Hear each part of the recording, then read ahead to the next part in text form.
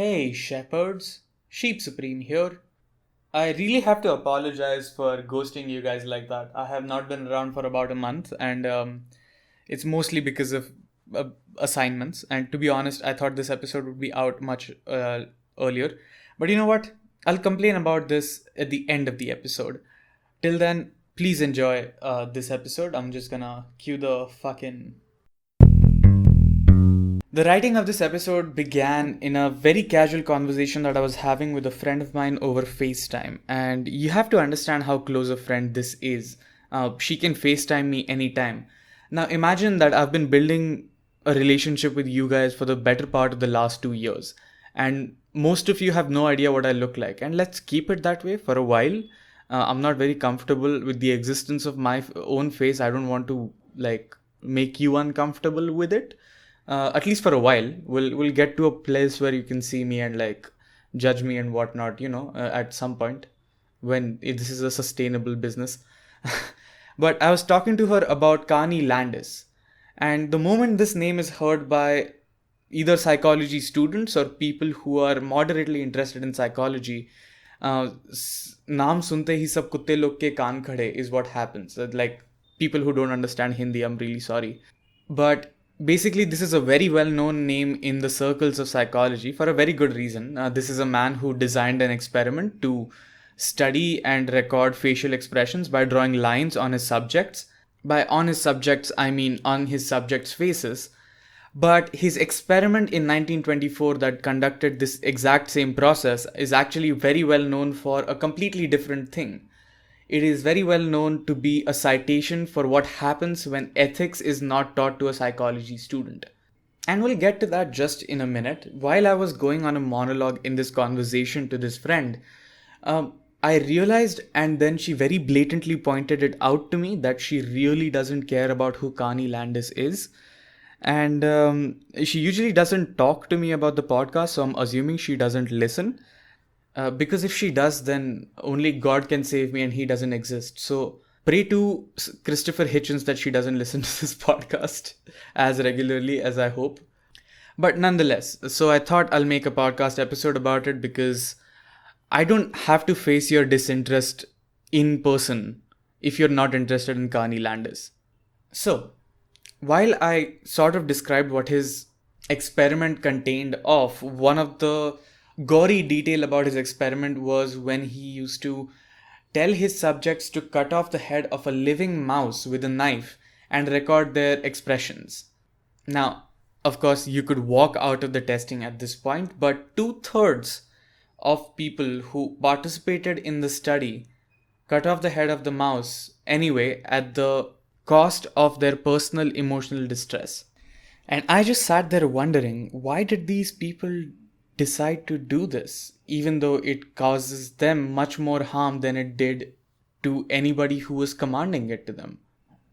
Another much more mainstream example of this, which made international news when it was done, 1971, is the Stanford Prison Experiment by Philip Zimbardo.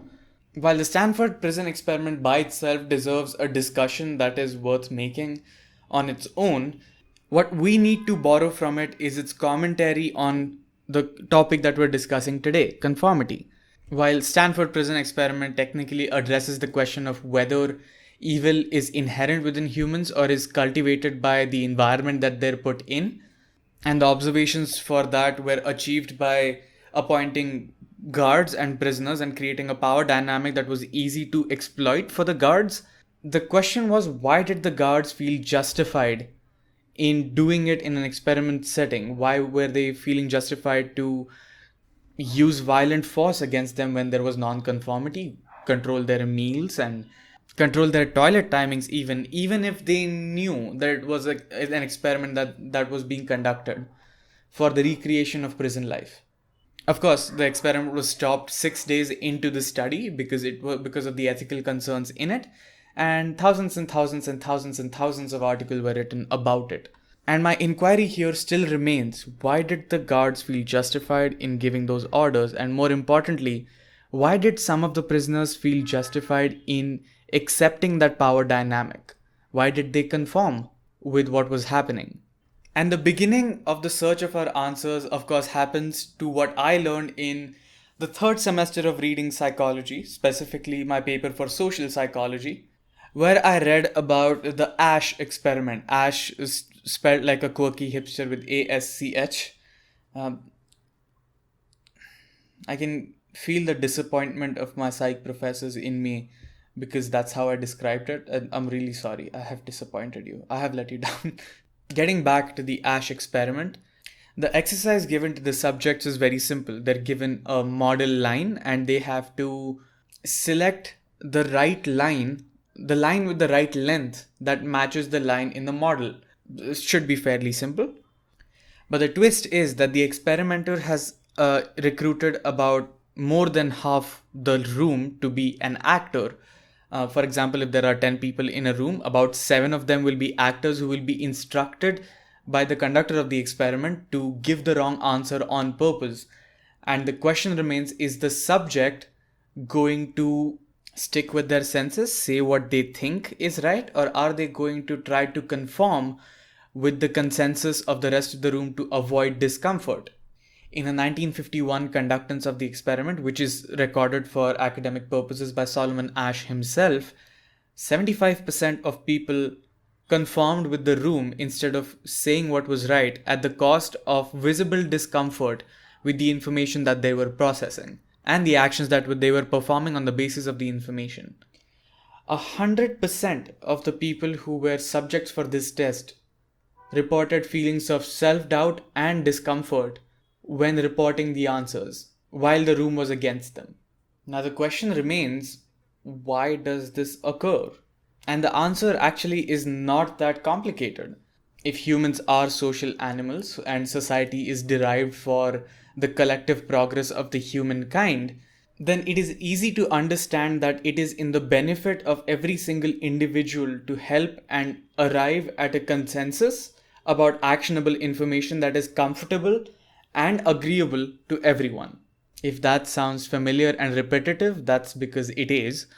We have talked about it in Talking About Truth and Talking About Truths Part 2, the episodes on this very podcast, but not in the same realm as psychology before. The only time we addressed it in the sense of psychology is, of course, MAM Tape 5, where I was talking about insults and insult memes and why they're so popular. One of the tools that I used to express my point in that video was a meme, which was human beings asking evolution for a pattern-seeking brain so that they can identify with their tribe, but that actually developed racism, unfortunately. And these things are not actually too far apart. Conformity, well, in this case, the racism as well, and pattern-seeking behavior and brain. There is no doubt in my mind that if human beings are social creations and society is evolutionarily reinforced in our DNA, then experiencing discomfort in disagreement with society is inevitable, to say the least. And there are very anecdotal examples that you can try yourself to test this. You can go to an elevator where a lot of people are facing one way and you can face the other way, and it will piss somebody off or at least cause discomfort either for you or the other people, given everybody's a stranger.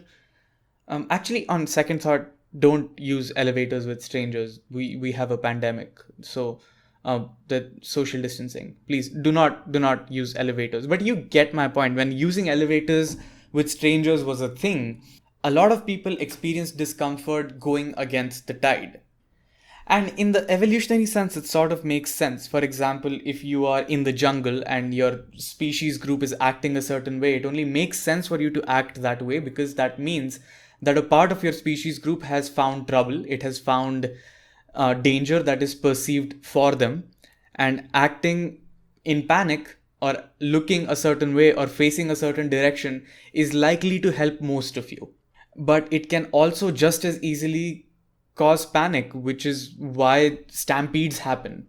And a certain amount of conformity is actually extremely important for social functioning. For example, wearing masks while going outside, standing 6 feet away from each other, following those norms is extremely important. So is conformity in the context of using designated exits and entrances, using the right lane, to travel, conforming with speed limits.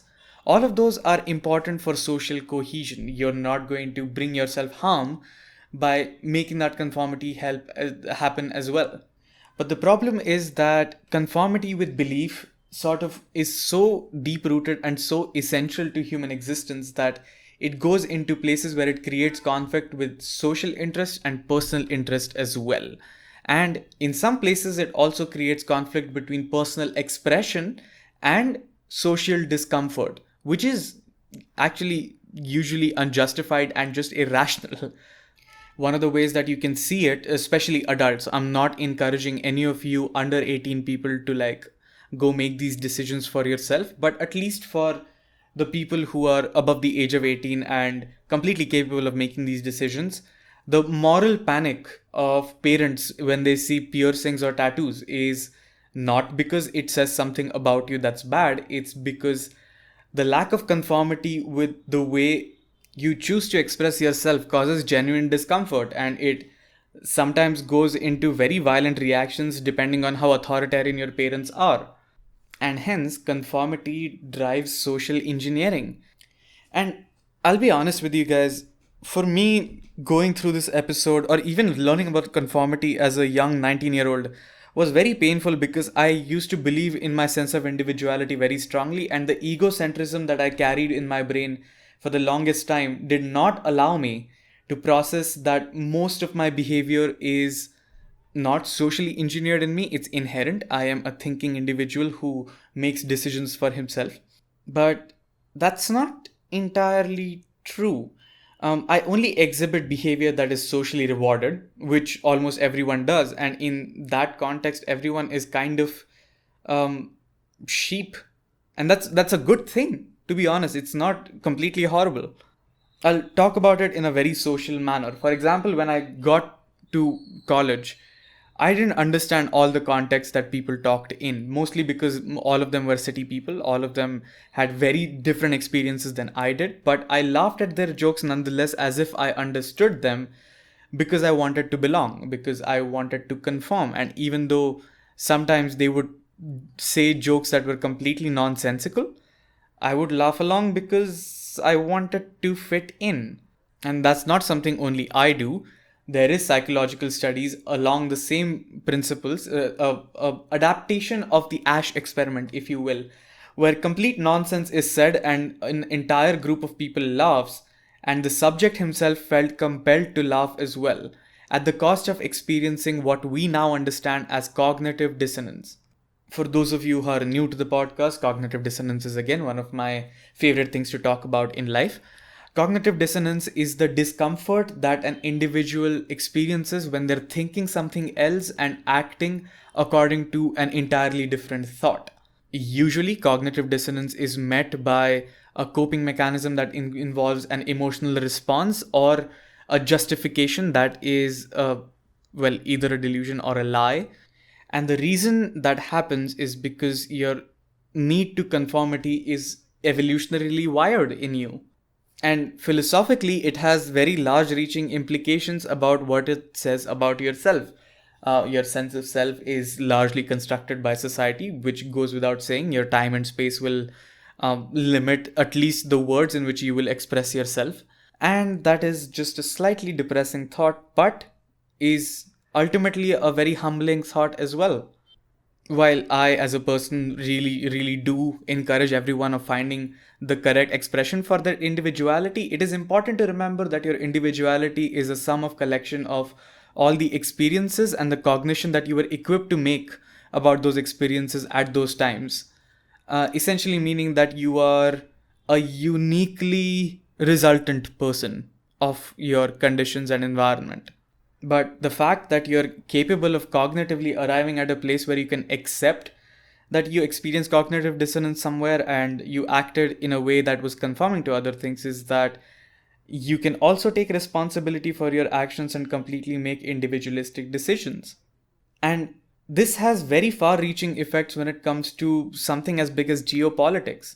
One of the things that I discussed in this podcast early on is Hitler across the table, and in context of that, I talked about Eichmann in Jerusalem and Banality of Evil, books about the Nuremberg trials, where soldiers and high-ranking officers that helped the Nazi regime execute the final solution in the Holocaust were tried, they mostly had their defense saying they were just following orders. In other words, they were seeking conformity with the group that they identify with.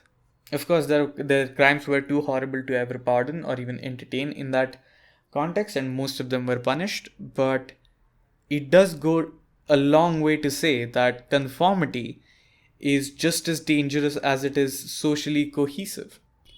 Another lesson to learn from this is, of course, that it is very important to curate your friends carefully, because the behavior that they validate or reject is going to shape your social behavior, at least in the short run, if not in the long run. And it is going to take a lot of unlearning to change to a more desirable social group. However, it is important to remember that the experiences that conformity creates within your body are not necessarily lies that you want to believe. It's a little more complicated than that. Studies that sort of took the basis of the Asch experiment also improvised on the experiment and gave their subjects water and told them that it was hallucinogens. And some of the symptoms of hallucinations were manifested by the subjects because their peers lied about experiencing them. Children, in specific, will conform blindly to their role models, which is why power dynamics are so important, especially parental ones. Studies have mostly shown that children experience fear if the parent experiences fear while watching television.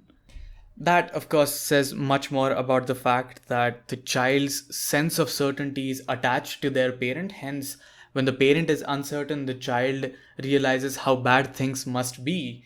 That's an evolutionary instinct that you're hardwired with.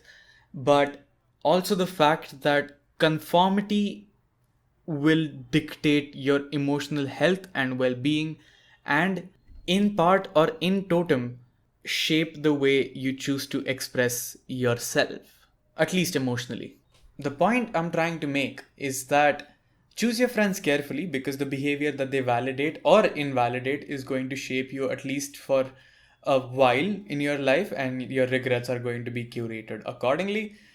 And secondarily, if you buy a t-shirt that says just sheep in the middle, you're now allowed to wear it ironically, as long as you don't pay an exorbitant amount of money to a very big corporation for it. Okay, my lovelies, that's all I have for you this week. And I truly am sorry to my audience for making you wait so long for this episode, because I did get some passive aggressive memes, which I totally deserved. I'm not complaining. But I have valid reasoning this time. I've had submissions for the first 20 days of this month, and during those 20 days, I thought, you know what, I can make 3 episodes at the end of this month and get it over with, like put them out in a cycle. But for those 3 episodes, all of the interviews that I had scheduled fell apart, mostly because it's the end of the year and people are traveling, and it's the holiday season. It's a mess. Logistics about a podcast can be real pain if it needs to be. And we recorded an episode that actually was not usable because the recording equipment bailed on us. So it has been really unlucky this end of the month. But anyway, here it is. I'm not gonna lie, this is not something I had ready in the backup. Of course, I've thought about it for a very long time. It's a ruminating thought in the back of my head, but I had to write this down within the last week, which is why it's so late. But I am committed to getting to 100 episodes this month if possible. If not, then we'll reach early January there. But more episodes coming soon. Thank you for tuning in. If you liked the podcast, please go to our YouTube page and subscribe the YouTube channel. It really shows the approximate number of people who sort of listen to this thing regularly. If you really like the podcast, we have a Patreon page. By we, I mean I have a Patreon page. It's just me, which should be in the description below. Support as much as you can, as much as you want. If not that, then we have merchandise, which is also linked down in the description. DM me on Instagram for that. And after all of that, just have a nice new year, if that's possible for you. That'd be very nice. Thank you.